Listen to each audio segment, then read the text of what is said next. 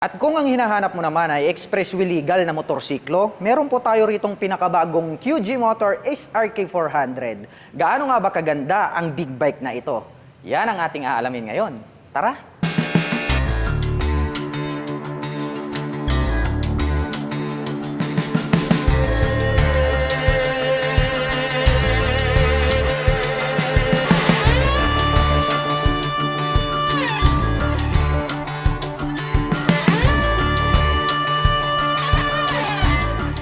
At para naman po sa mga kababayan natin na naghahanap ng expressway legal na motorcycle at the same time affordable yung price tag, pasok na pasok sa inyo itong kanilang QG Motor SRK 400. Well, dito pa lang po sa kanyang headlight, panalong-panalo na, no? Ang ganda ng pagkakadisenyo, bilog na bilog. At ito pong kanyang main light ay equipped na po siya ng projector lights, kaya talagang asahan natin na napakaliwanag ng buga ng kanyang ilaw. At dito naman po sa gitna may nakalagay naman po rito na QG Motor. At dito naman po sa ibaba, nagkaroon po siya rito ng additional lights, which is nagkaroon po siya dyan ng high beam and low beam. At attractive din dahil nga po rito sa magkabila, nagkaroon po siya rito ng daytime running light. At dito naman po sa bandang itaas, nandirito naman po itong kanyang turn signals. Well, LED na rin po yung kanyang ginagamit. Nagkaroon naman po siya rito ng silver cover dito po sa top. And then dito pa sa bandang itaas, parang nagkaroon siya ng Batman design ni rito na parang visor, no? Matte black naman po yung kanyang color. Well, dumako naman tayo rito sa kanyang front suspension. Yun, no, napakabangis. Silver color, no? Ang kagandahan nito mga ka-LM is equipped na po siya ng inverted telescopic fork. Well, maaasahan natin in any road condition ay makakapagbigay po ito ng napakaganda at smooth na bouncing performance. Well, dito naman po sa ibaba, ito pong kanyang tip is matte black color. At pagdating naman po rito sa kanyang front fender, medyo matulis rin yung magkaka-design. And then glossy red naman po yung kanyang color. At dito naman po sa bandang ibaba, may nakalagay rito na ABS in white color. Well, anyway mga ka-LM, ito pong braking system pala nitong ating QG Motor SRK 400 ay equipped na po siya ng anti-lock braking system, both front and back. So ang kagandahan naman po niyan pagdating po sa mga sudden stop, pag pinihit nyo po itong inyong front brake, hindi po maglalak itong ating mga caliper dito sa rotor. So ang kagandahan nun, hindi po siya mag-i-skid, hindi rin po magwawabol itong inyong manubela pagdating po sa mga biglaang preno. Dahil ito pong ABS ay nakakapagbigay po yan ng smooth na braking power. Well, mapunta naman tayo rito sa kanyang single rotor disc brake, naka-flower design, no? Napakatik. Along with 2-pot caliper na QG Motor brand. Matte black naman po yung color. At sa pagkaka-design naman po nitong kanyang mags, matte black din po yung color and then white type po yung pagkaka-design. At pagdating naman po sa mga sukat ng gulong, ito po ay mayroong 110 by 70-17. Well, napakakapal na po nitong kanyang stock tires. And then, ito po ay Maxxis na, kaya more reliable yan in any road condition. Well, dumako naman po tayo rito sa bandang itaas. Ang ganda rin pala nitong kanyang fully digital meter panel, no? Napakalapad, para po siyang small tablet. Well, makikita na po natin dyan yung all full detailed informations na kinakailangan nating malaman sa biyahe. At pagdating naman po sa kanyang ignition, ito po ay equipped with mechanical key. At nandirito na rin po yung kanyang lock for safety purposes para po rito sa ating motorcycle. Pagdating naman po rito sa kanyang handlebar, napaka-flawless, no? Matte black naman po yung kanyang color. Parang nagkaroon po siya ng M design rito po sa kanyang brace. At pagdating naman po rito sa kanyang buttons, nandirito po yung kanyang passing light, ang enter at selector para naman po sa navigator, para po rito sa ating screen display. May high beam and low beam, may turn signal selector, and then yung kanyang horn. So dito po natin makikita ang mga yan. Nandirito naman po itong kanyang clutch, dahil nga po ito ay isang manual motorcycle. Dito naman po sa kabila, meron po siya ritong engine kill switch. Well, malaking bagay kasi pwede po nating i-turn off yung ating engine pag nagkaroon ng problem. Mayroon na din po siya ritong hazard light, which is malaking bagay naman yan kapag kayo po ay biglang titigil. Sa ibaba naman ang kanyang electric starter at nandito naman po itong kanyang front brake. Well, dumako naman po tayo rito sa kanyang napakalaking fuel tank. No, napakaganda, no, timeless na timeless yung pagkaka-design. Well, nagkaroon po siya rito ng cover na mahaba at may nakalagay naman po rito na 400 in gray color. Nagkaroon po siya ng two-tone color combination, glossy red along with matte gray. At ito naman po yung kanyang fuel tip, no, para po siyang Power Ranger, no. So silver naman po yung kanyang color. Anyway, mga ka-LM, ito po pala ay mayroong fuel tank capacity na 13.5 liters. napakadami, no? Kasi nga napakalaki. Yun ang maganda rito sa kanilang QG Motor is RK400. Talagang malayo na po yung inyong mararating. Well, anyway, rito po sa gitna nagkaroon pa po pala rito ng logo ng QG Motor bilog. Ayan, no? Napakaganda. Very attractive din po siya. At dito po sa bandang ibaba, may makikita po tayo rito na decal na red along with lining na dark silver. Ang nakalagay po rito is SRK. Ayan. So yan po yung kanyang model name. At dito sa bandang ibaba, nagkaroon pa po pala siya rito ng additional na reflector lights para more visible naman para dun sa mga cornering na daan. At mapunta naman po tayo rito sa kanyang engine. Yun, no? Napakaganda rin ng kanyang color, no? Dark gold na metallic. Ganon din po itong color ng kanyang sprocket cover.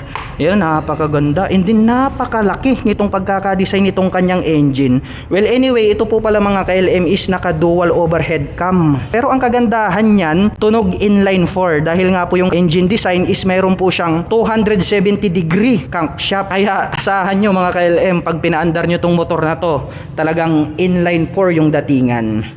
Well, mapunta naman tayo rito sa kanyang body frame. You know, napakakapal. Bilog naman po yung shape na ginamit nila rito sa kanyang body frame. So, parang metallic black yung kanyang color. Nagkaroon pa po siya rito ng additional na silver na bilog. At dito naman po sa kanyang side cover, nagkaroon po siya rito ng SRK na naka-intact. So, matte black naman po yung color neto. At dito sa bandang ibaba, nandirito naman po itong kanyang shifter. Anyway, mga ka-LM, ito po pala ay equipped with 6-speed manual transmission.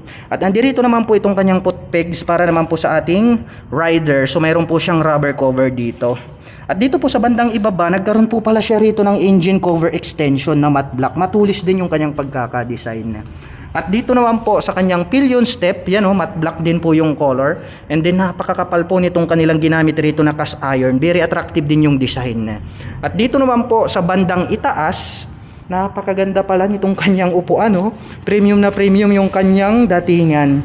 Well, nagkaroon po ito ng two-tone color combination kasi gray and then matte gray. Yung kanyang pagkakatahi kulay red. Masasabi natin na more durable. Nagkaroon pa ng belt dito, pwedeng hawakan ng ating back rider. Well, dito naman po sa kanyang palikpik, nagkaroon po siya rito ng SRK. SRK 400. Ayan, in black color naman po siya. Well, nagkaroon siya ng butas rito, parang windlet na kung saan ay pwedeng maglaro yung hangin habang tumatakbo ng matulin. At dito naman po sa bandang gitna, yun, mayroon na rin po pala siya ritong built-in na tire hugger or yung mud guard para po yung mga putik or basa maiwasan po nating tumalsik rito po sa kanyang engine parts. At nakakonekta na po pala ito sa kanyang chain protector. So same color lang din po siya, matte black. Napakaganda rin nung combination, no, nitong kanyang sprocket. Talagang pang racing na po siya, 44. And then yung kanya na pong swing arm dito is bilog lang din po siya. So circle yung shape. The same lang din po rito sa kanyang body frame. Well, dumako naman po tayo rito sa kanyang tail light. Ayun, oh, napakatulis ng pagkaka-design. Pero napakaliit nitong kanyang tail light, ha. Pero siguro mas visible yan pagdating ng gabi kasi nga LED na po yung kanyang lighting system. And then ang kagandahan niyan, nakahang tong part na to, no. Hindi sila naglagay rito ng additional na mga lights or ito mismong kanyang rear fender, no, hindi nila dinikit rito. Well, para sa akin talagang napakaangas nung kanyang dating, no, talagang pang racing, mapormang maporma. Well, dumako naman tayo rito sa bandang gitna. Nakahiwalay po itong kanyang rear fender doon po sa kanyang tail light. Itong naka-emboss na to, pag ating sinilip, nandirito na po yung kanyang plate light at naka-LED na rin po itong kanyang mga turn signals rito po sa likod. At ito pong kanyang rear fender, ito na rin po yung nagsisilbing kanyang plate holder. At sa gitna, dito naman po sa bandang ibaba, mayroon naman po ditong added reflector lights. Well, mapunta naman tayo rito sa kanyang rear braking system. Equipped po ito ng single rotor disc brake, flower design, along with single pot caliper po na matte black. At pagdating naman po sa mga sukat ng gulong rito po sa likuran, ito po ay mayroong 150 by 60-17. Ayan, oh, napakaganda. Maxxis tires. Talagang pang endurance. Well, anyway mga ka-LM, nagkaroon pala siya rito ng brace. At yung brace niya rito, hindi po siya plastic. Yung ginamit po nila rito is yung durable po na cast iron. So matte black yung color. Well, dito naman po sa bandang gitna, nandirito naman ito pong kanyang single-sided monoshock suspension. Ayun, napakakapal, no?